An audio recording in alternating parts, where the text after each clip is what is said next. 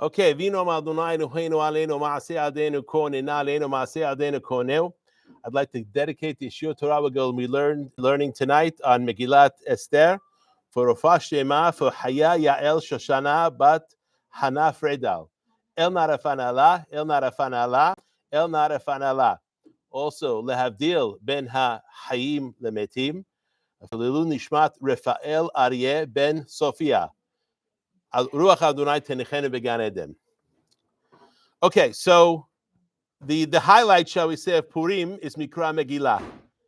Yes, the other mitzvot we only do once in the day. Mikra Megillah we do once at night, we do once in the day. And just like we're very egalitarian on Purim, which means just like the men have to do all the mitzvot of Purim, the ladies have to do all the mitzvot of Purim, including Mikra Megillah at night. So first, I think it's important for us to understand, because sometimes we read a sefer, we read a book in the Tanakh, but we don't really know where it fits in history. The Tanakh is not a history book. It's a book of theology. It's a book to teach us Torah. It's a book to teach us how to live our lives. It's a book to teach us lessons. But it's important, especially for the story of the Megillah, to understand it well. We have to understand where it fits in history. Okay? So, first of all, there's a prophecy in Yirmiyah, chapter 25, verse number 10. And over there, this is very important, as we'll see, that Yirmiyah is the prophet that's telling us about the destruction. It's the reason why he had a hard time in his life, because people didn't want to hear that the temple was going to be destroyed, okay? Even though that's exactly what was going to happen.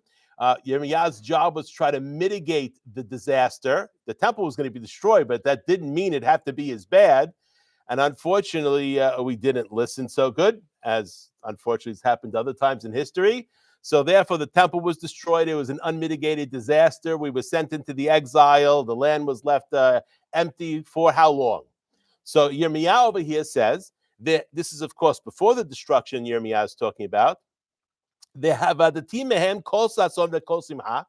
I'm going to have them lose kol sason v'kol simcha, the various kolot that we have in a chatuna. That's why we have another prophecy that talks about when God is going to return to Jerusalem, return the Jewish people. So we see the same on the positive when we have the redemption. Unfortunately, over here is a negative. They're going to lose kol sason v'kol simcha, kol hatan v'kol kala. Yes? And then it says kol rehaim ve'or ner. And they're going to lose the light of the sound of the mill, which means because people are not going to be living there, there's not going to be bread that's made there, and the light of the lamp. And then the pasuk says, pasuk 11, Dehaita kol haaretz hazot lehorba l'shama.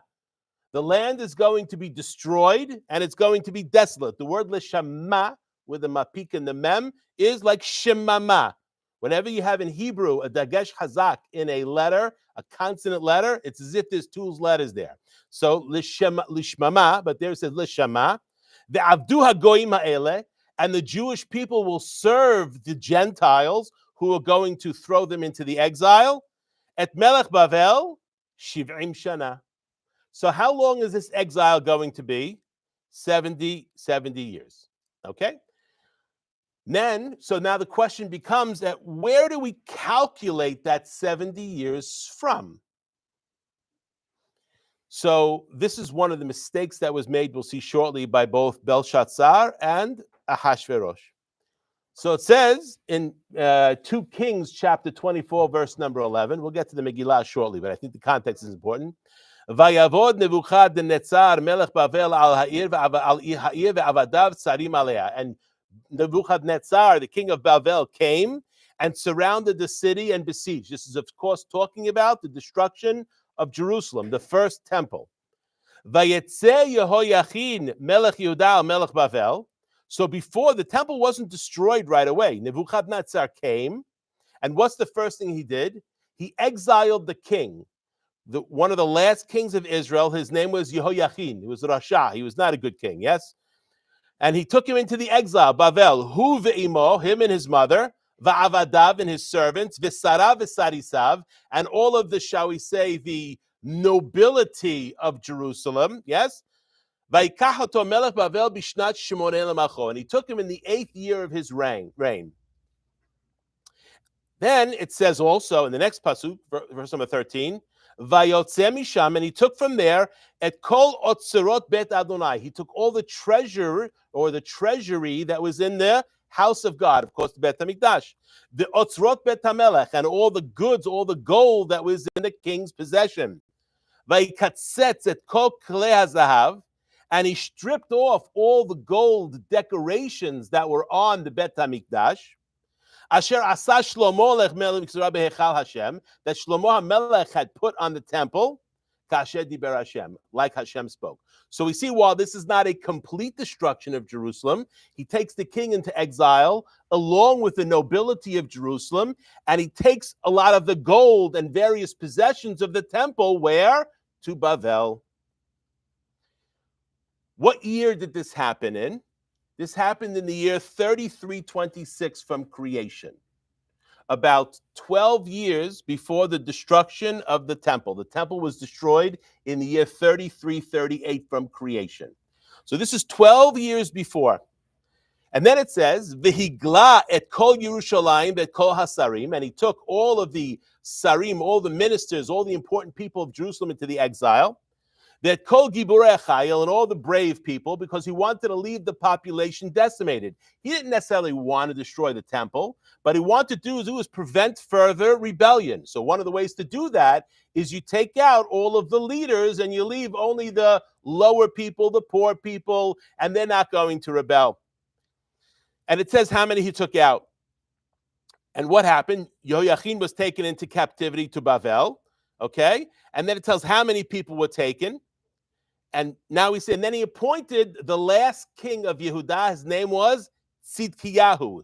His original name was Matanya, but when he became the king, he took on the name Tzidkiyahu. He was also Rasha. He was not a good king. Vayaseh hara b'nei Hashem. He did evil in the eyes of God. And that's what 12 years later finally resulted in the destruction of the temple. Now, if we go to the Megillah, I'm going to try to get through the first 3 chapters of the Megillah. And what I'm going to try to give us is what's called Midrash Chachamim, okay? Of course, we could look at Rashi. If you pick up the art scroll or any of the Chumashim in front of you, generally the art scroll is very faithful to Rashi's interpretation of the verses, with some rare exceptions. What I'm going to do is see what the Talmud says, because there are things that the Talmud brings. Rashi generally brings the Midrash. The Talmud might bring other things. Rashi will sometimes also bring the Talmud as well. So what does it say over there? If we remember in Esther chapter 2, verse number 6, when it introduces Mordechai, what does it say about him? Asher hoglam Yerushalayim. Mordechai was taken into, he went into the exile from Jerusalem. Im hagola asher hogleta, with the exile that was exiled. Im Yechonya melech Yehuda asher hegla Nebuchadnezzar melech Bavel. So we see, when did Mordechai leave Jerusalem? He didn't leave at the destruction of the temple. He left 12 years before the destruction of the temple. And the Gemara in Masechet Megillah asks a question. Why all this language? I mean, if you think about the pasuk, Hogla, Im Hagola, Asher Hogleta, Asher Hegla. Why is it repeated so many times, this concept of the exile? So over there it says, Amar Rava, Shegala Me'atzmo. Mordechai was not one of the ones that Nebuchadnezzar wanted to take out of Jerusalem, but Mordechai went himself, self-imposed exile. Why do we think he did that?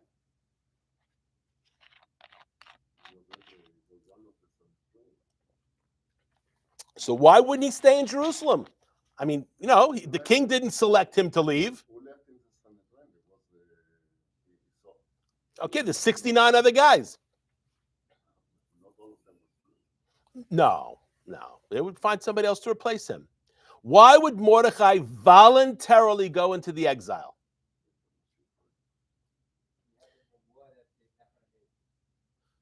No, we have the Nevuah that says Pum Faket, that 70 years they're going to come back. The ones that left to be able to keep them adhere to Torah. That's it. Mordechai recognized that all these people are being taken into the exile. But the people that are being taken to the exile are not the leader. They're the political leaders. They're the wealthy people. But that doesn't mean they were Torah knowledgeable or Torah observant. So Mordechai imposed on himself in exile to go out with these people to make sure what? To make sure they wouldn't steer too far away from the Torah. Because at the end of the day, he had full emunah that after 70 years, the temple was going to be rebuilt. But the question is, what was going to be the condition of the Jewish people when the temple was rebuilt? Were they going to be knowledgeable, or were they going to be ignorant, ignoramuses? This is very similar to, we have another great individual that's mentioned in Breshit, that when Hashem comes to him and tells him that he's going to go to Egypt, and that's where he's going to be living for until he dies, Yaakov. What does Yaakov do before he goes down to Egypt? He sent Yehuda first, El Yosef, lehorot lefanav goshna. Lehorot, what does it mean lehorot? From the language of hora'ah. Rashi, if you look over there, says, he sent Yehuda to work with Yosef to build yeshivot, to build places for learning of the Torah. Because what we're learning is a very important thing. How does a Jew survive the exile? Whether it's a 210-year exile in Egypt, whether it's a 70-year exile in the time of Bavel, or whether it's a 2,000-year exile that we're going under now. What is the ingredient? Learning Torah. That's it. If you think about in Masechet Gitin, when it talks about when the second temple was about to be destroyed, and Rabbi Yochanan ben Zakkai gets snuck out of the city and he meets Vespasian, who's going to be the one who's ultimately his son Titus is going to destroy the temple. And I'm not going to go through the whole story there. Vespasian gives him two wishes. And one of them, he said, you can have anything you want for something that your Rabbi Yochanan Zakkai did. And what did he ask for? Many people say, why didn't he ask for the temple to be spared? He didn't. What did he ask for? Yavne v'chachameha. Which means Rabbi Yochanan ben Zakkai was very well aware. The Jewish people, we can't live well, but we can live without a temple. We can live without sacrificial system. We cannot live without the Torah, certainly not as Jews.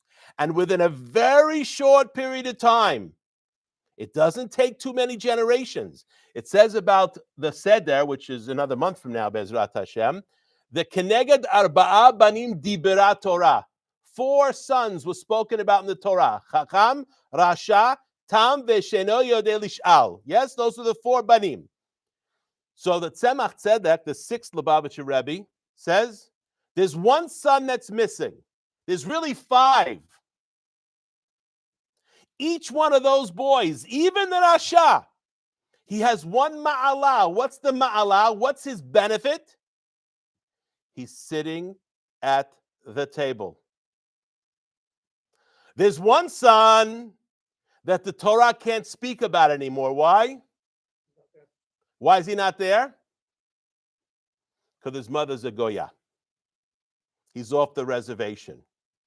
And you learn from here, it only takes 4 generations.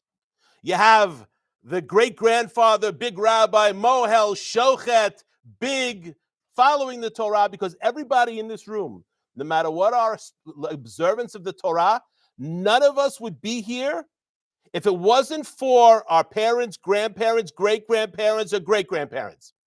And it only takes 4 generations, sometimes less, especially now with all the internet and things like that, from Chacham to a rebellious son, Rasha, and then his son, what happens? He's a Tam. He saw the grandfather, he knows what the grandfather did, but then he sees his father, the Rasha, and he doesn't know what to do, so he's in the middle. He doesn't know, he's Tam. He's not these parv, shall we say, yes? And then what's his son? Eno yodeh lish'al. His son doesn't even know what the questions to ask. But he's still sitting at the seder. At petach lo. You can't abandon him. That boy, if he's not given, or that girl is not giving a proper Torah education, what's going to happen? Going to marry a Goya. And then the children are going to be Gentiles. 4 generations is all it takes. So Mordechai recognized that if he doesn't go into the exile, all these people that are going to be lost. And then finally in 2 Kings chapter 25, verse number 8, it says, B'chodesh HaChamishi, in the 5th month, of course, the 5th month we're talking about from Nisan. What's the 5th month from Nisan? Av. B'shiv'a l'chodesh, in the 7th of the month, Hishnat Tesha Esrei Shana LaMelech Nebuchadnezzar Melech Bavel, in the 19th year of the king Nebuchadnezzar. Ba Nebuzaradan Rabba Tabachim, Nebuzaradan, the chief of the butchers. We're not talking about a meat butcher. Eved Melech Bavel Yerushalayim. He came to Yerushalayim. Vayisrof et Bet Hashem. He burned the temple, the house of God. Vet Bet HaMelech, and the palace of the king. That Kol Batei Yerushalayim, and all the areas of the temple, all the places of the temple. That Kol Bet Gadol Saraf Ba'esh. And of course, this is talking about the destruction of the first Bet HaMikdash in the year 3338. So now we're in the exile. All the Jewish people, with the very, very few people who are left in the land of Israel, the destitute, poor individuals, people with but almost everyone else was taken into captivity. Daniel was taken into captivity. His 3 friends were taken into, all of these were taken out at the time of the destruction of the first Bet HaMikdash. And that was done by Nebuchadnezzar. So let's look at these 70 years, because the Megillah story happens within these 70 years. So Nebuchadnezzar was the first king, and he finished his king at 3363. Then one of his sons, Evel Merodach, became the king. He was the king until 3386. Then Belshazzar, who we're going to read about shortly, was the king, 3386 to 3389. Then Daryavesh, not the son of Esther, Daryavesh Hamadi, okay, he was the king from 3389 till 3390, 1 year. Then we have Koresh, Melech Paras. Koresh was the king from 3390 until 3393. Then we have Achashverosh, who's the king of the Megillah, from 3393 until 3407. And then we have Daryavesh, the son of Achashverosh and Esther, who allowed them to go and rebuild the temple in the year 3407.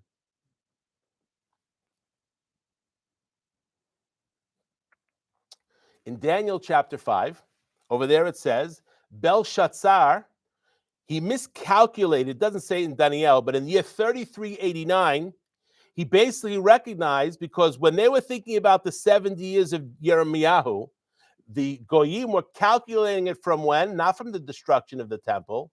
They were calculating it from the exile of Yehoiachin. And once 70 years had elapsed and the temple had not been built, what does Belshazzar do?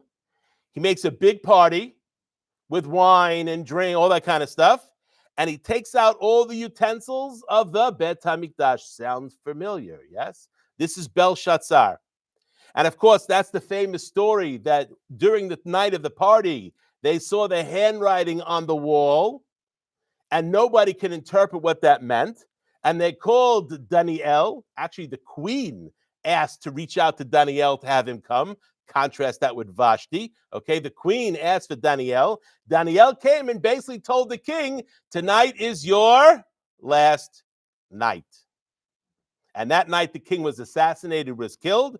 And then from that point on, Koresh became the king.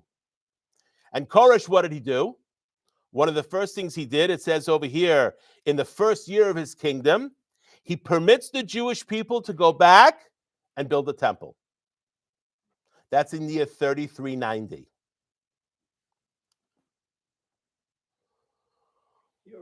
He already allowed them to go back to the time? He encouraged them and gave them money and gave them ability to go back to Israel to rebuild the temple. That's in the time of Koresh. What was his incentive? Why? God, believe it or not, the Tanakh calls him the Mashiach of Hashem. Why? What does the word Mashiach mean? I know it means Messiah, but that's not really what it means. That's a very Christian interpretation. What does Mashiach really mean? And in a couple of weeks in the parasha, we're going to read HaKohen HaMashiach. Can a Kohen be the Melech? Can a Kohen be Kohen? A Kohen cannot be the Mashiach, right? He can't be because he's not from Shevet Yehuda. He's not from descendant of David HaMelech. So when it says the word HaMashiach in Hebrew, what does that mean? The anointed one. Kings and Kohanim, when they would start their job, what's the first thing that would happen? They would get anointed with Shemen HaMishcha, anointing oil. Koresh, so the word Mashiach in Hebrew means king, anointed, the appropriate king.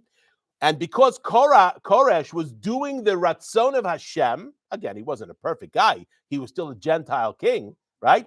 But what did he do? He allowed the Jewish people to go back and build the temple.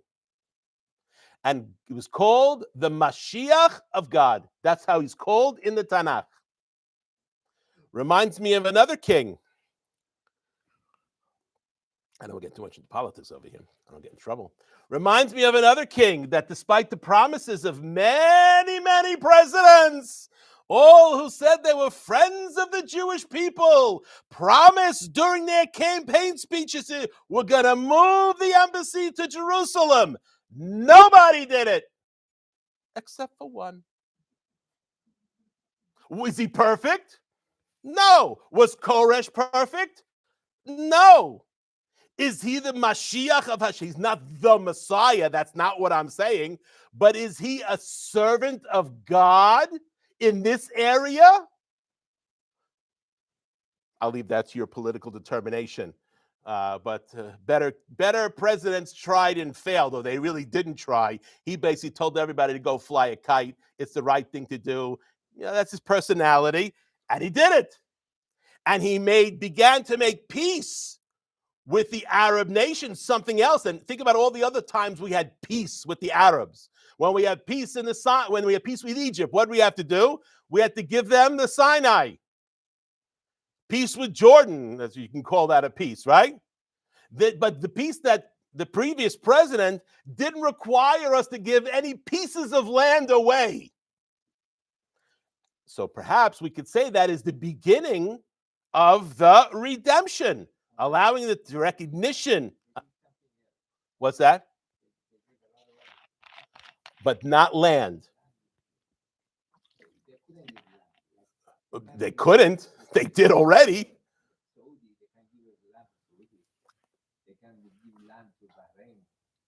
Nobody did peace. Nobody. Except nobody made peace treaties that didn't require us to give land. Money, relations, business, kol hakavod. Great. Land. That's the key, because that's our land, no one else's. We're going to get to Achashverosh. Hold on a second. I'll tell you. Oh, you're trying to think how long? Hold on a second. I'll tell you right now. Achashverosh was the king from 3393 to 3407. So what's that? 14 years. No. Then Daryavesh comes. We're going to get to it. Koresh is before. So we got to Belshazzar is killed because he uses the utensils. What's the purpose of using the utensils? That's a declaration that the prophecy of Jeremiah is not coming true. That the Jewish people are finished. They are no longer the chosen people. They are no longer the people of God. That's what Belshazzar was trying to say. And what does Daniel say? Good job. Today's your last day. And that's exactly what happened. That night he was killed. Koresh becomes the king. He gives them permission to go up and to build the temple. Nebuchadnezzar was Vashti's grandfather. We're going to get to Vashti in a second. And now in Ezra, it mentions this fact, which the Megillah, now the Megillah hints to certain things. If you think about how is Achashverosh portrayed in the Megillah? Parv. On the one hand, he looks like an idiot. And on the other hand, he's a smart guy. We're going to see what the Talmud says about this shortly. Why is that? Because the Megillah wasn't just written for the Jewish people. You see, at the end of the Megillah, what does it say? These were written and were given out through all of the Medinot, all of the 127 provinces. Achashverosh is not going to want people to speak badly about him in the writing. So they had to tone down the opinions. But that's why the Talmud unleashes appropriately, because they don't have to worry about what Achashverosh has to say. So what does it say in Ezra chapter 4, verse number 6? What does it say? U'b'malchut Achashverosh, in the kingdom of Achashverosh, b'tchilat malchuto, in the beginning of his kingdom, kativu sitna, they wrote a libel. Oh, wow, not the first time, and unfortunately not the last time. Al Yoshevei Yehuda v'Yerushalayim, on the people who are of Judah and Jerusalem. And what did they do? They stopped the building of the temple. Koresh preceded him. Koresh allowed them to go build. They had been working on it for 6 years. And then Achashverosh put a stop to it in the first year of his reign. And then it says in Daniel chapter 10, verse number 2, Bayamim hahem ani Daniel hayiti mit abel. I, Daniel, was mourning. Shlosha shavuim yamim. 21 years. Because Daniel, there was a break in the amount of the building of the temple. When was the temple finally completed? In the year 3408, or at least it was, the majority of the construction was done in 3408, which is exactly 70 years after the destruction of the first temple that Jeremiah spoke about. Okay? Now we come to the Megillah. So we understand the context. So the Megillah fits right before Daryavesh, who was the son of Achashverosh and Esther, permits them, after Achashverosh died, permits them to go and build a temple, and they build a temple in 3408. So the Megillah is happening in the 12-year period that's before the building of the finishing of the building of the second temple.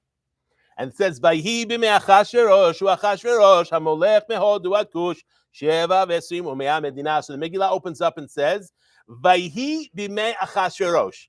And it was in the days of Achashverosh. So the Gemara in Masechet Megillah learns, whenever it says Vayhi, the word Vayhi, what does that mean? Voihi. What does that mean? Oy vavoy. Something's going to happen that's not good. And the Gemara brings a number of Pisukim to show when the word Vayihi is used, it's an opening to trouble. So we see right from the beginning of the Megillah, the trouble starts. What is the trouble in the beginning of the Megillah? The stopping of the building of the temple, which is not really mentioned in the verses. And it says there's a masoret that we have, the Gemara says, from Anshe Knesset HaGdolah, which were the 120 men of the Great Assembly that was around the time of the building of the second temple. So it's around this time we're talking about here, that every time it says Vayihi, it's trouble. And it brings a bunch of Pisukim. Vayihi b'mei Achashverosh, that's one. Hayav Haman. Haman came afterwards. That was the trouble for the Jewish people. Vayihi b'mei Shefot HaShofetim. What book opens up like that? No. Root. Vahi b'mei shefot hashofetim. What does that mean? It was in the days when the judges were judged. That's trouble. When the Jewish people are judging their judges, that is not a good. That's not a good circumstance. Okay, and then we have the Megillah. What happens? There's a famine. Vahi ra'av. Right away, there's a famine, and that's when Elimelech goes outside. He goes outside with his sons. And of course, Elimelech doesn't do, doesn't he do? He doesn't take with him a rabbi. He doesn't take with him someone to teach his sons Torah. So right away, what happens to his sons? They marry Goyot. Baruch Hashem, one of those Goyot was Ruth. Thank God. The other one was Orpah. Not good. Who came from Orpah, by the way? We know who came from Ruth. Who came from Ruth? David HaMelech. Who came from Orpah? No. We need to know who? Wow, we don't know this. Who said that? Very good. Goliath came from Orpah. So we see this balance between these two women. One decides to connect to the Jewish people and is the paradigm of a convert. And the other one decides not to attach to the Jewish people and goes back to her ways. And then later on, we have the conflict between David and Goliath. And we know who wins over there. Other places the Gemara brings when it says Vayihi means trouble. But then the Gemara says, but there are some places that it says Vayihi and it's not trouble. So the key factor is when it says Vayihi bimei.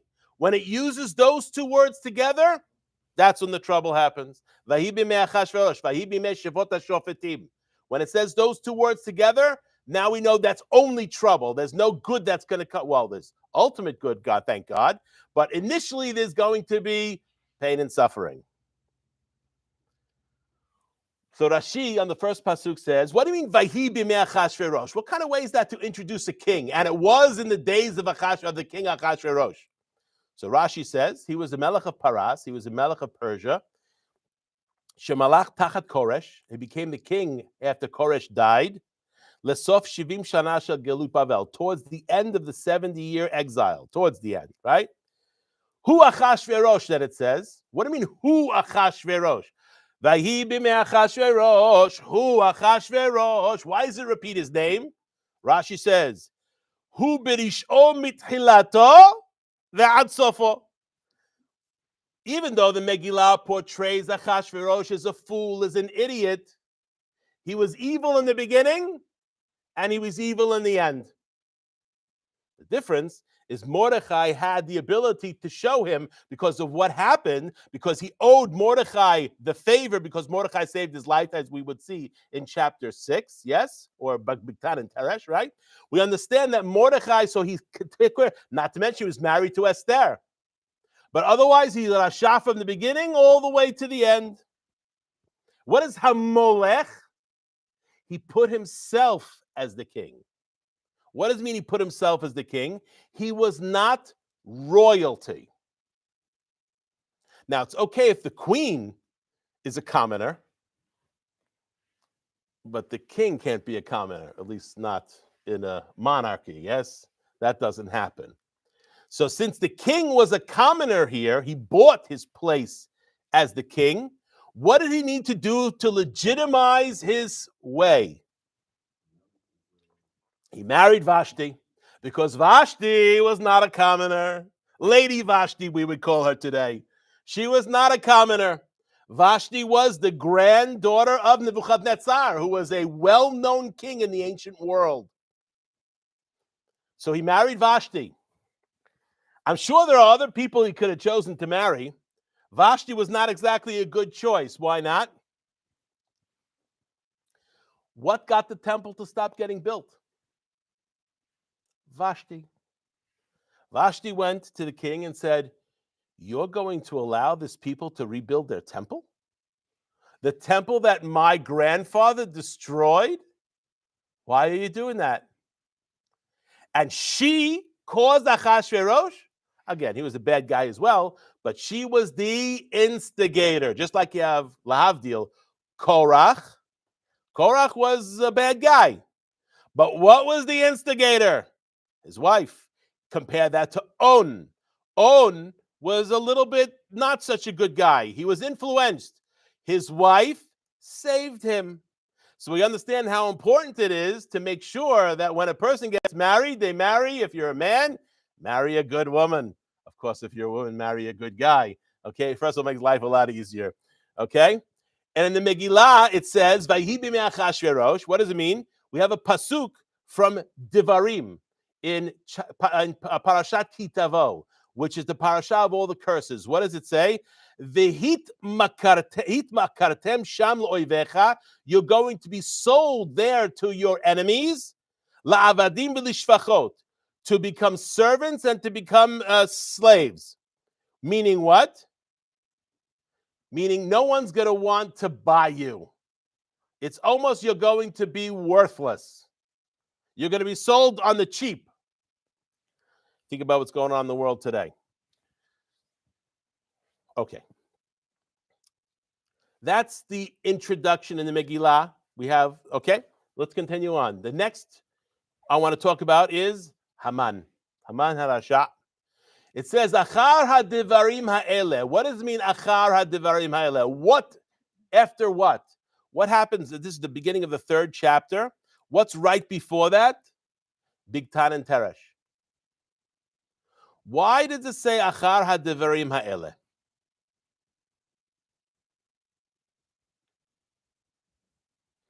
Before the rise of Haman, there is the medicine of Bigtan and Teresh. Because what Mordechai did by Bigtan and Teresh, by going and telling, we'll see what Esther did, by going and telling, Esther went and told the king that they're plotting against him to kill him. That was written in the book of Zichronot.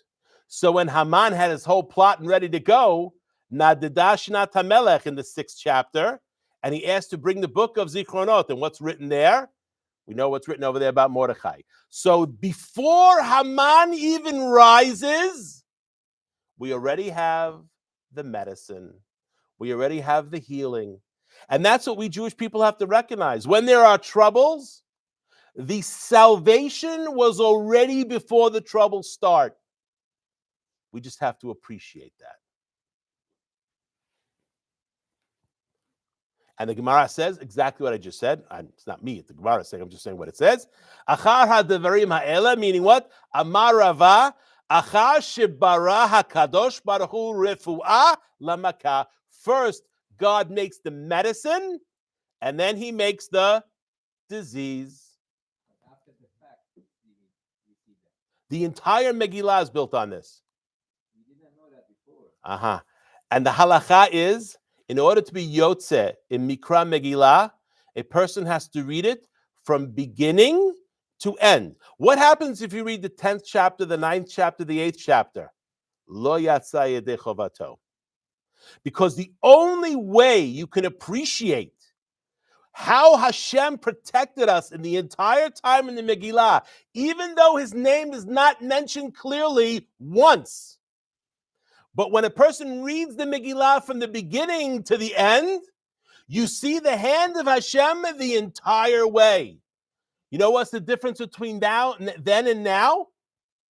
Nothing. No difference.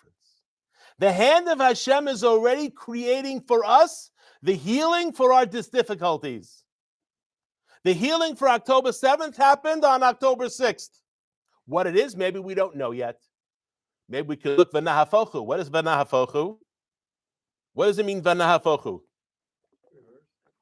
Everything's upside down. Look at pictures of Gaza. It looks more beautiful than it's looked forever. It looks like a Lego set that before you put it together.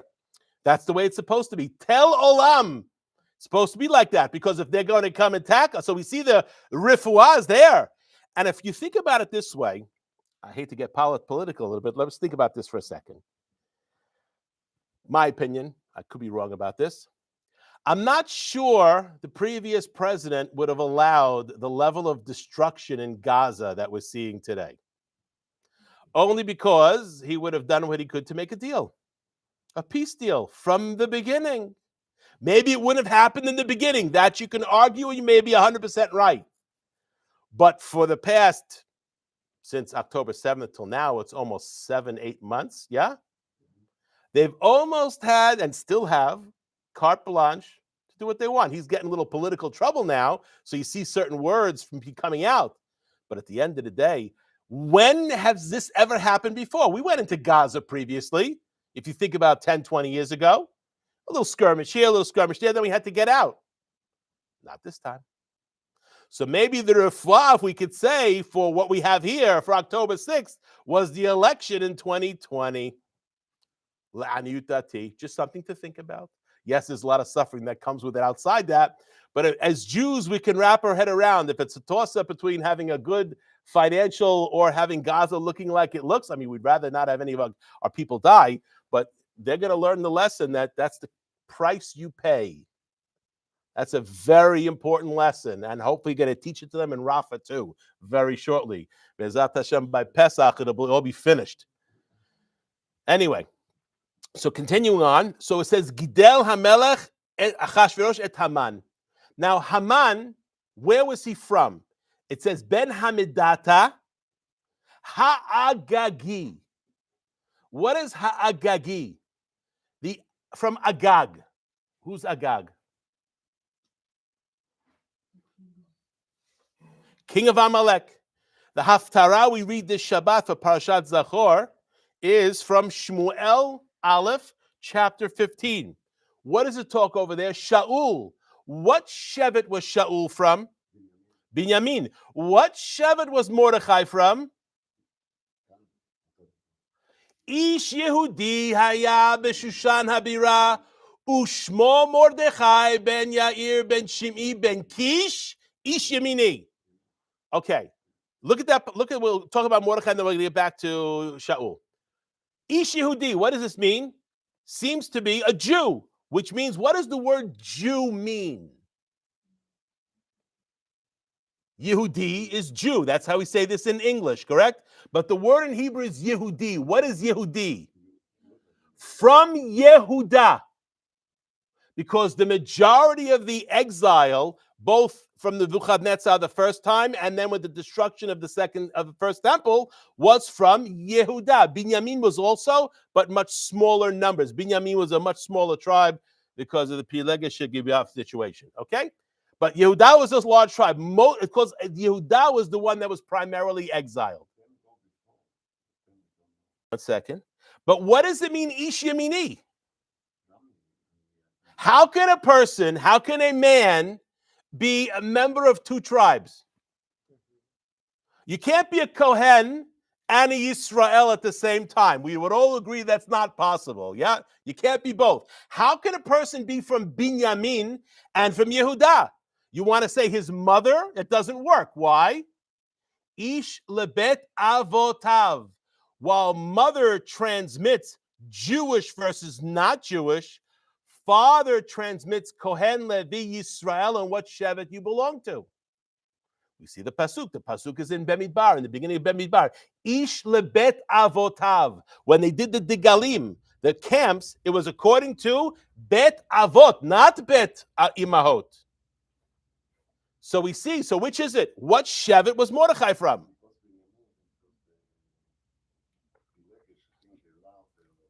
Okay, but why would then is he Benjamin or is he Yehuda?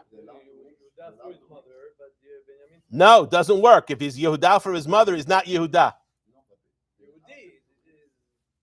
Why are the Jewish people from this point on called Yehudim?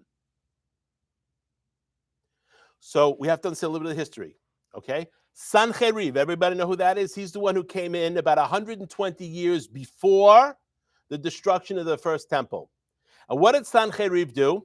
He first took the two tribes, the 2.5 tribes on the other side of the Jordan River, and he exiled them. He brought them all to someplace else. And that was the end of those 2.5 tribes. That's Menashe, half of Menashe, Gad, and one other one. I'm blanking on it. Reuven, Gad, B'chatzi Shevet Menashe. The Shevet of Reuven, the Shevet of Gad, and half of Menashe were taken into the exile. That's called the Ba'u Ovdim, the ones who were lost, Be'eretz Ashur, Me'eretz Ashur, the ones who were taken into captivity by Ashur. What was Sancheriv? Where was he from? He was Melech Ashur. Then Sancheriv came into the land of Israel, and he exiled the rest of the 10 Shvatim. So all 10 tribes were taken into the exile. There were 2 tribes left, Yehuda and Binyamin. That's it. Everyone else was taken into the exile.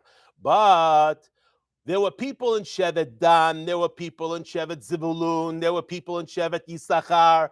They saw the writing on the wall, not Daniel's writing on the wall, but they saw the writing on the wall. So what did they do?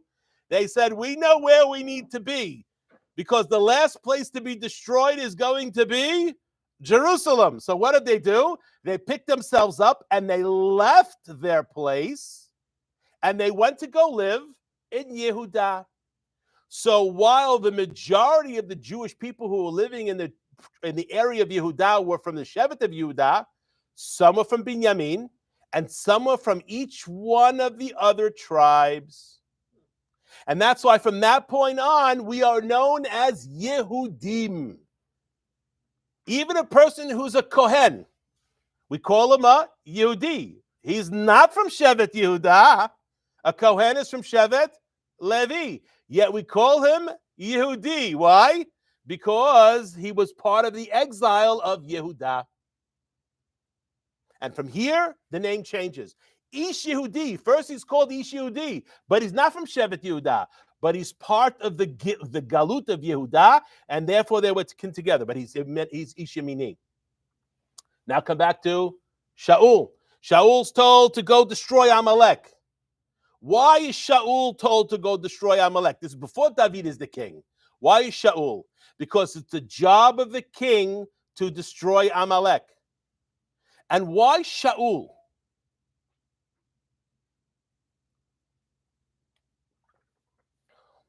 Amalek is a descendant of Esav. Amalek's father, his name was Eliphaz. Eliphaz's father was Esav. When Yaakov comes to meet Esav in Parashat Vayishlach, what happens? Yaakov bows down 7 times to that Rasha. And then what happens? The sons of the Shefachot bow down to that Rasha. And then the sons of Leah bow down to that Rasha. And then Yosef bows down to that Rasha in front of Rachel. But there was only one who did not bow. Why didn't he bow? Because he wasn't born yet. He was in Rachel. She was pregnant with him. He didn't bow to Esav. So we understand from here what? Binyamin is the one who should be destroying Esav. And that's why Shaul was from what? Shevet, Binyamin. And that's why Shmuel comes to Shaul and says, you are responsible for destroying Esav. Now we're going to read on Purim. We're going to read about the first contact fight with Amalek, which was in the desert. Moshe doesn't fight, at least not physically. Spiritually, Moshe Rabbeinu fights, but physically he doesn't fight. Who does he assign to fight? Yoshua. What Shevet is Yoshua from? Ephraim, which is from Yosef. So we see the sons of Rachel are the ones who are destined to destroy Amalek. But Yehoshua didn't destroy Amalek. What did he do? Vayahalosh Yehoshua et Amalek vet amo lefi charev. Why could he only weaken Amalek? He couldn't destroy him? Because his great-grandfather bowed down to Esav. What do we know about Mordechai? Umordechai lo yichra v'lo yishtahava. When Haman came out, the big cheese, the big kahuna, everybody bows down to Haman. And Mordechai stood and did not bow. Why? Because his great-great-great-great-grandfather didn't bow to Haman. And even though that put all the Jewish people in danger, Mordechai didn't care.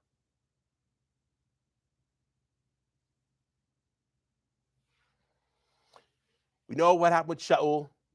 What does it say? Vayachmol Shaul v'ha'am.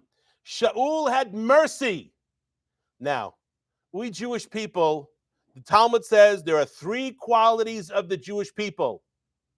Baishanim, Rahmanim, Gomle Hasadim. Baishan, which means humble, easily embarrassed. Rahmanim, merciful. Gomle Chasadim, people who want to do good for others. The Talmud says a Jew who is missing any one of those 3, you should search after his lineage. Meaning what? Somewhere along the line, there may be something there that's not Jewish. So when you look at a Bernie Sanders and you look at a Chuck Schumer, you begin to understand somewhere along the line, there's a problem that nobody knows about yet. The Mashiach is going to be able to tell if a person is Jew or not. How is he going to tell? He's going to look at the Metzach. He's going to look at the forehead, which means he's going to see to the character. And if the character is missing any one of those 3 traits, this is not a Jew. We don't have to take credit for that.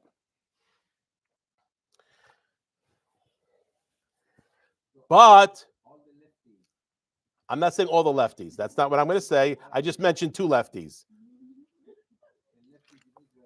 I don't know. I'm not going to stay on Israel politics. I'll let an Israeli tell you about Israeli politics, okay?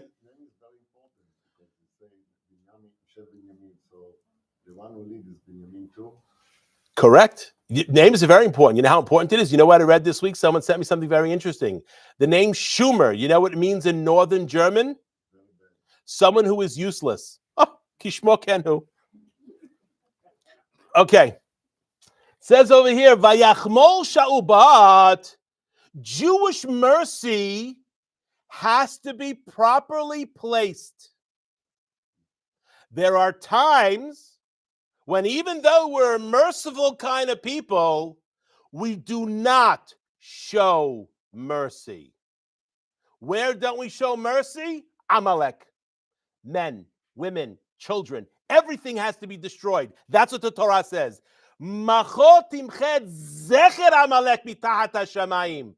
shouldn't be that there's a horse that someone can say, that horse used to belong to Amalek. What? You'd kill the horse. There is no horse that belongs to Amalek. That level, because mercy to your enemies is cruelty to yourself and your children. What a lesson. Unfortunately, sometimes Israel has to learn that the hard way. There is no mercy for your enemies that are willing to kill you. And Shaul and the nation, it says, Vayachmol Shaul ve'ha'am al Agag. Agag was the king of Amalek. He had mercy on Agag. Why he had mercy on Agag is beyond me. I still can't understand. You killed the women, the children, you killed all the babies, but you saved the king? How does that make sense? That's like leaving the Palestinian children. That's like killing the Palestinian children, Chas v'Shalom, and leaving what's his name, Sinwar, Shemin Hashem Yirkav alive. How does that work? That's the equivalent. You can't leave him alive. Well, maybe there's political pressure. They kept him alive. Clearly, his political pressure, Shaul, was from the nation. Children could not continue to be the king. And what happened to him and his children? They died soon after, or they were killed. He lost his entire kingdom because of this, because he had mercy on Agag. And what did Agag do? He was killed the next day. Shmuel hacked him to pieces. A beautiful word in Hebrew. Vayishasef. That word means he didn't just stab him. He hacked him to pieces. What is Shmuel trying to show? There is no mercy for that type of individual. But Agag had a little bit of time to involve himself in some extracurricular activities. And from that was born later on, many years later, from descendant to descendant, Haman was a descendant of Agag. What was Shaul's father's name? Kish. Mordechai ben Yair ben Shimi ben Kish. So we see Mordechai is coming to clean up the mess that Shaul failed in. And that's the Megillah. Let's continue on. Okay, let me skip that. What does it mean? Behar oto et osher kevod malchuto v'yekar tiferet gedulato. Not only did he take the kelim out of the Bet HaMikdash, but he put on the clothing of the Kohen Gadol. What did we read a couple of weeks ago? L'shem ultif aret. What does the Megillah say? Yekar tiferet gedulato. The Gemara learns out over here. Achashverosh came out dressed in the clothing of the Kohen Gadol.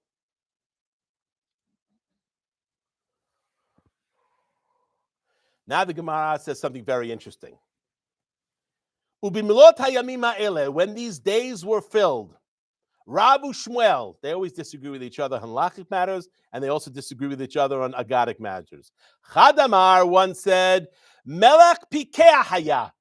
He was a smart, clever king. Echad amar melech tipesh haya. One said he was demented. Is he doing it purposely? Or is he just stupid? That's a question people ask. And in the time they asked that about Achashverosh as well. And the Gemara proves each one, according to the one who says he was smart, according to one who says he was stupid. The parallel to today, I leave for your own edification to think about the parallel for today. Okay? So you have Koresh, who was called the Mashiach of Hashem, who allowed them to go build a temple. And then you have Achashverosh, who we can't figure out, is he smart or is he stupid?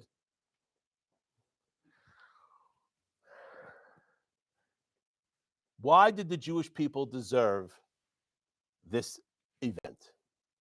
Haman was almost successful in wiping out the Jewish people. So again, the Gemara is going to analyze this, right? We can't analyze it when it happens right then and there. We're too close. The only thing I'm allowed to analyze is what I do wrong. So if you see a tragedy that happens to the Jewish people, that's 5,500 miles away, it's none of my business to see what they did wrong. We could have suggestions, we could think about it, but what one should be doing is not looking at what they did wrong. One should be doing, what did I do wrong? Because if I hear that bad news, if I got to see that bad news, that means I have a piece of it as well. So later on in the time of the Talmud, they analyzed what allowed the Jewish people to come so close to annihilation.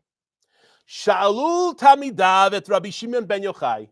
The students asked Rabbi Shimon ben Yochai, the author of the Zohar, Mi pinei ma nitchayevu sonehen shel Yisrael shebedor Tor kelaya. Why is it that the enemy, when the Gemara uses the term enemies of the Jewish people, it doesn't mean enemies of the Jewish people, it means the Jewish people. It's an important lesson we learn here. When people speak, you don't say you for something negative, even though you're not talking to that person. You change it to them. I'm not talking from a pronouns and a woke point of view. I'm talking about you don't want to tell someone, it's like, you are bad. If the pasuk is you are bad, no, they are bad. Even though the pasuk says you are bad, you change it when you're addressing someone. You have to be very careful when you speak. So we see the Talmud does this throughout. Whenever it's talking about the Jewish people doing something wrong, it uses son ehem shel Yisrael. It's called Lashon Sagi Nahor. Sagi is blind, Nahor is able to see, which means it's the opposite. The question is, what did they do wrong? Amar lahem, Rabbi Shimon ben Yochai said, Imru tam, you say, it should be obvious what they did wrong. Tell me what they did wrong. You read the Megillah. What did the Jewish people do wrong? Everybody read the Megillah at least once in your life, I hope. Yes, not the first time you're looking at it. Please tell me what the Jewish people did wrong. They attended the feast. Now, let's understand that a little deeper. The language the students said to their rabbi, Mi pinei shenehenu mi seudato shel oto rasha, because they had personal benefit from the seudah of that evil one. Who's it talking about? Achashverosh. Now, let me ask you a question. What was so bad about the seudah? So what? Is that so bad? They were drinking a lot. It was celebrate for it. Then when It doesn't the kids got drunk, they took the pizza away and tried to make it so that the women and men would mingle and mix. Okay, so you're saying the Jewish people participated in that? Yeah, Okay, let's think about this for a second. Let's analyze it carefully. What is the problem with them benefiting from the seudah? Because maybe they put the gold, the dish of the temple. I didn't touch it. One second, one at a time. What is the problem with using the utensils of the temple?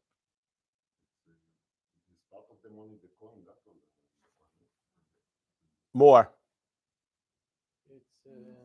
They're already tameh. They're no longer tehorim, right? They've been in Nebuchadnezzar's possession since the destruction. They've been in the Gentiles' possession for almost 60 years more. They're not holy at this point. They have remnants of holiness. So because they touched the utensil, that's what caused them to be destroyed? To be wiped out completely? And the food we know was kosher. The wine was kosher. It had badats on it. So they didn't drink anything not kosher. They didn't eat anything not kosher. What's the problem? What other terms? They were celebrating the Goyim. That's it. Say it louder. The prophecy of Jeremiah is not going to come true. By participating in this Seudah, they showed that the tikvah of the building of the second temple was lost. Oh, so you think that the prophecy of Jeremiah is false? Once you start questioning prophecy, it's over. Because the entire Torah that we have in the Hechal, how do we have it? Through the prophecy of Moshe Rabbeinu. If you question the prophecy of Yirmiyah, then you're questioning the prophecy of Moses. If you're questioning the prophecy of Moses, you have no Torah. If you have no Torah, you are no different than the Gentiles. And because you're my people, you're done. That's the idea. When we lose hope, and this is so important, that's why no coincidence, the national anthem, even though they changed the words a little bit, is called Hatikvah. No coincidence, because that is the key. And it didn't start with Herzl in 1880, by the way. Okay, it's all nonsense, okay? This has been from the beginning. What's the tikvah? What's the hope? We have prophecies. We have a Tanakh full of prophecies by Yishaya, by Yirmiyah, by Yechezkel, by Micha, by Chagai. We don't study them enough. That is a problem. But what they say, even in the darkest times, Holocaust, I don't see how this is going to happen. Look at the panorama of history. Spanish Inquisition. The Jewish people had to make a choice. Stay and convert and be a Christian, or get out and leave your stuff. Many Jews left. Unfortunately, many Jews stayed. Catastrophe for the Jewish people. Tisha B'Av. What was the result of that? For the Jewish people who stayed, it wasn't so good. It wasn't so good. What about for the Jewish people who left? It wasn't so good either. But wherever they went, Turkey, Syria, they raised up the spirituality everywhere. Why? Because they were willing to leave rather than to stay. Look at America. Before the Holocaust, wasn't very strong spiritual here. Speak to your grandparents. Wasn't. Not until the people who survived the gas chambers, who witnessed that and maintained, I'm not judging anybody who lost it, but the ones who maintained it, they strengthened the Jewish community here, built a place called Lakewood, built a place called Muncie, built a place called Borough Park, which allowed the Jewish people here who were not too far away from going to the path of the abyss to suddenly wake up. And that's in America. And what about 5,500 miles away? Amazing. So yes, it's a tragedy. The Megillat teaches us, yes, we have to look at the tragedy and recognize that what happens. But you got to look at the big picture. Don't just focus on the small. Look at the big picture. So if once they benefited from the Seudah, which means they understood, they thought prophecy of Yirmiyah was done. Okay, watch now. There's another mistake they made at the Seudah. There's a halakha, sometimes people go on business meetings, yes? And, you sometimes go with Gentiles in various places. A Jew is not allowed to drink alcohol in mixed company. Why is that? Well, the Torah sort of says, because you can't invite, because then your daughter is going to marry your son and all that kind of stuff. But there's another issue. Vashti, it says, had her own party. What was Vashti doing in her party? Vashti was a witch. She was Rishait. Why does Achashverosh invite her to come naked? When Gentiles sit down to drink, first of all, any person sits down to drink, it's always a prescription for disaster, right? There is going to be licentiousness. There's going to be adultery. What does it mean the Jewish people benefited from that Seudah? The food was kosher. Even if they didn't touch the kelim, they saw, oh, you're going to participate and see even if you didn't touch. Oh, you're going to be watching after that? You're going to be benefiting from looking at arayot?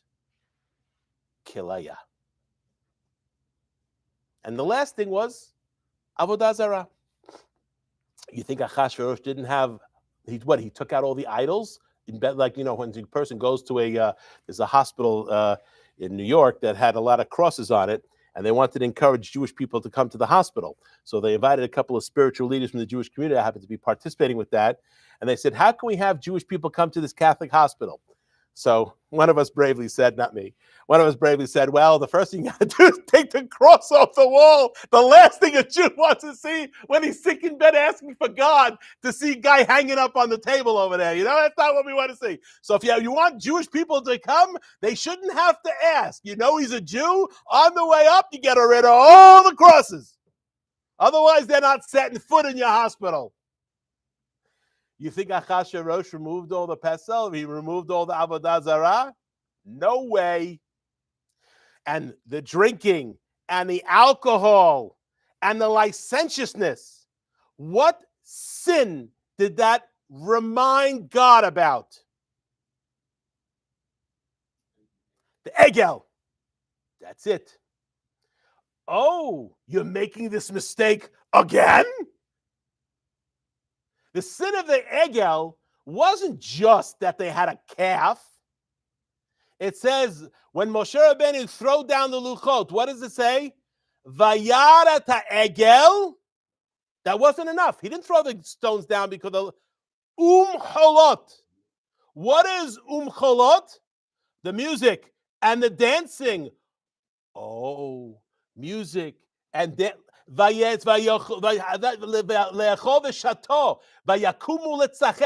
were eating, they were drinking. What is litzachek? Tzachok is another way. When Elimelech looks out the chalon and he sees, Yitzchak is there and he tells everybody, Rivka says, this is my brother, yes? But what happens? Elimelech sees by the chalon, he sees Yitzchak mitzachek es Rivka, meaning what? They were, not in the action, but they were hugging and kissing in a way that a brother and sister wouldn't do. Aha! What does that mean? You're not brother and sister, you're husband and wife. So the word tzchok over there also means when there's connection between men and women. That was the sin of Chet HaEgel. And the only reason we survived Chet HaEgel was why? No, that's something else. Moshe Rabbeinu. Moshe Rabbeinu. If it wasn't for Moshe's prayers, we were done. So that sin that we did there by benefiting from the Seudah reminded us of that there. And that's the setting the Megillah is in. I think it's already 9:10. I could go on for a while more, but I think I'm out of time. Does anybody have any questions? We just did the first chapter, basically. You tell me. Listen, if it's about Megillah, we have a very limited amount of time. Huh? What's Vashti relationship? So she was the granddaughter of Nebuchadnezzar. How did she get into the Malchut? She was already royalty, her grandfather. Who was her father? Nebuchadnezzar's son.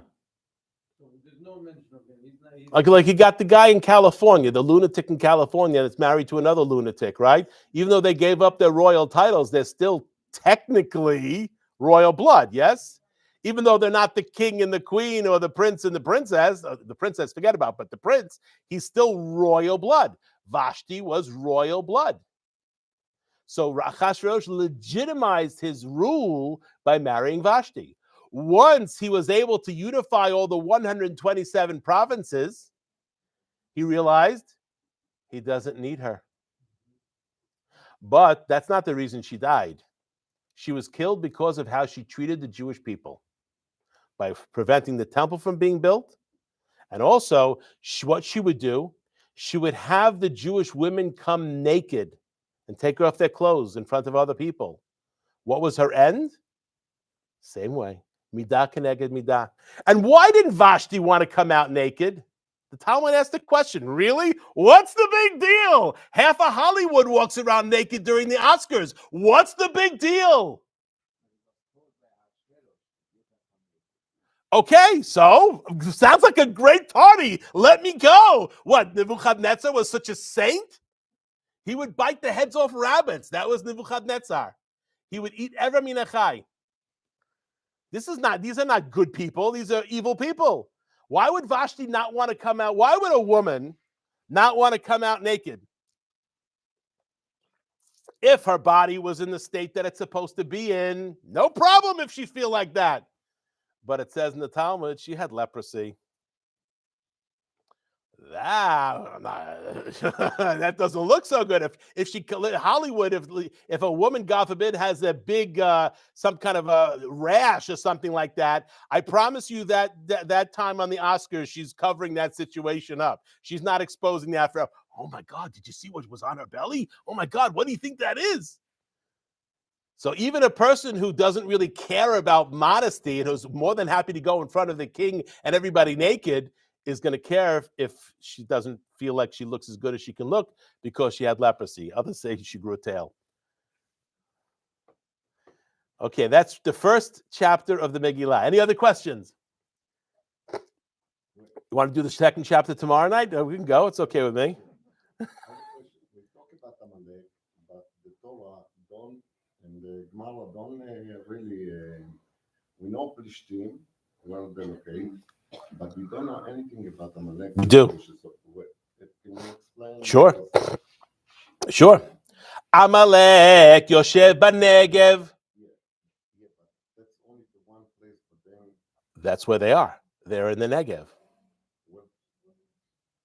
Think about that. What does it say? When the Miraglim, after they came back with bad report, right? And Moses said, it's done. We're going to be spending 40 years in the desert over here because you guys really screwed up. And then a couple of people, they wake up the next morning and say, oh, we're so sorry. We sinned. We want to go into the land of Israel. So what do? They go and they start to go into the land of Israel. But they didn't have the Aron, which means they didn't have the blessing of Hashem. What does Moshe Rabbeinu say? You're not going to win. You're going to lose. Do not embarrass yourself in a loss in front of the enemy. And what happens? They go in. Who hits them? Amalek. We see another place in the Torah Amalek appears. Not just at birth. There's another time in Chukat, in Parashat Chukat. Over there it says that can you read me Tanakh? This is wild because this is very connected to what we're talking about today. what we're seeing in our own eyes today. It says over here,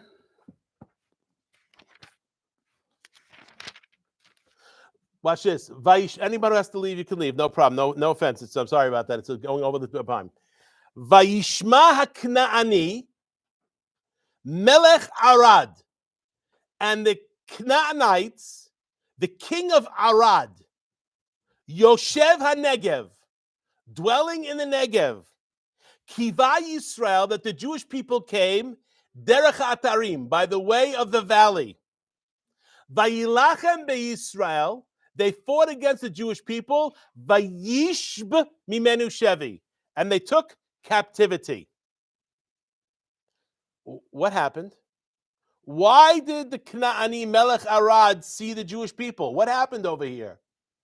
I thought they had the clouds of glory. The clouds of glory protected them so that no one, you just saw clouds in the desert. You didn't realize there's 3 million people in there. Amalek was able to attack Nechashalim Acharecha. Who were those? Those are the ones outside the cloud. Inside the cloud, they were protected. What happened to the clouds? They disappeared. Why did they disappear? Because Aharon had just died.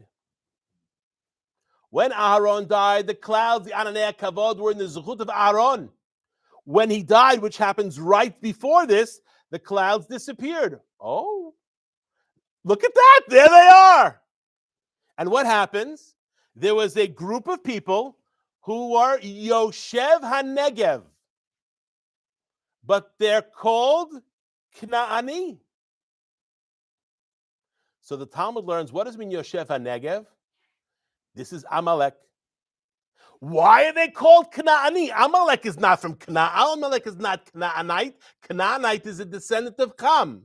Amalek is a descendant of Shem, right? Why are they called? Wow, watch this. Vaishma Knaani, meaning what? Amalek realized that if we're going to fight against the Jewish people, they're going to pray. Moshe Rabbeinu lifts his hands, and the Jewish people are successful. He puts his hands down, the Jewish people are losing. So as long as his hands are up and they're looking to God, they are going to be victorious against Amalek. So what do? They say, you know what? We're going to dress up like Canaanites. What's going to happen? The Jewish people are going to pray to their God, and they're going to say, save us from the Canaanites. What's the problem? They're not Canaanites. Prayer has to be specific. So what does that mean? They're saying, if they pray, save us from the Canaanites, what's going to happen? God's not going to save them, and we're going to be victorious. How does Moshe Rabbeinu, how does he pray? What does he say? Naton titen et ha'am hazeh, because Moshe Rabbeinu recognized there was something fishy here. They were dressed like Knaanim, but their language was not the language of Canaan. Their language was the language of Amalek. So since Moshe Rabbeinu wasn't sure what they were, what did he say? Give us this nation. And they won. What does this remind you of?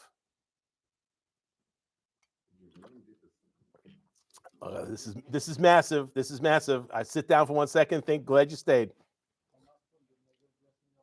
Hamas was in the Negev. Okay? We think that they're Arabs. They're not. There are Arabs who will say they are not. Why is it that these nobody wants them? Egypt doesn't want them. Jordan, even though it's 70% Palestinian, doesn't want them. Saudi Arabia has a lot of space. It's like Wyoming. It's got a lot of space. Why don't they invite them all to come over there? Because they are not Arabs. They'll say they're Turkish and they're Cypriots and they're a mixture of all nations. They're not identified, even though their language is Arabic and they appear to be Muslim, they're not Arabs. We don't want any part of these people. Meaning what? On the outside, they appear like Arabs. But on the inside, they're Amalek. Vayish mimenu shevi. They took captives. That's exactly what happened. And what about the time of the year? Sukkot. What does the sukkah represent? There's two opinions. Opinion number one, what does the sukkah represent? Ananei hakavod. Just as Sukkot leaves and we lose the protection of the sukkah, we are exposed. So we see that this remez, it's hard to see how this is just a coincidence. And what does he say? Vayacharem ethem, ve'et arehem. Not only did Moshe Rabbeinu destroy them, but he destroyed their cities as well. Oh, ain't that interesting? Any other questions? So Amalek lives in the Negev. That's where they are. And these people are Amalek. These people are not Palestinians. That's why nobody wants them. Again, I'm not saying that I'm not saying that they have the deen of Amalek. Only the king could mete out the deen of Amalek, which is to wipe them out completely. That's not what I'm saying. But you know what? I'm not sure how much real collateral damage there is. And what's collateral damage? Let's assume that they're not combatants. How do we know who's a combatant? What uniform does Hamas wear? And how quickly are they to take off that uniform and hide amongst the civilians?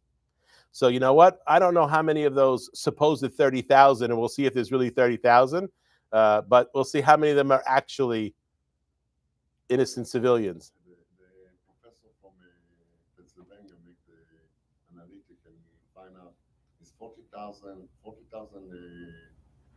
Hamas right now, around 40 even more, and the rest is for the rest. So you go 1.0 to 1.4, much better what the United States is in the better war. In the worst wars is 1 to 20 in World War II. Vietnam they don't even want to say. Okay. This is one of the reasons that the United States don't like the result of the numbers. Let's think about this for 1 second. Let's draw another parallel from the Megillah. Because in the Megillah, we finally wiped out Amalek physically. After the Megillah, there's no more physical Amalek after this point. There's spiritual Amalek, but physical Amalek was destroyed by Mordechai and all the Jewish people in the time of the Megillah. How many people were killed in Shushan HaBirah? It says 500. Were all those 500 Amalekites that were lifting up swords to kill the Jewish people? No. They were sympathizers. Oh, so you're sympathizing with the destruction of the Jewish people? I don't call that an innocent civilian. You vote for these people? This is your government for the past 15 years? How are you innocent civilians? You were raised up to hate from the time you're a kid, showed videos of how to kill Jews? These are innocent civilians? I think not. That's my opinion. Any other questions? All right, very good. Baruch Adonai le'olam, amen ve'amen.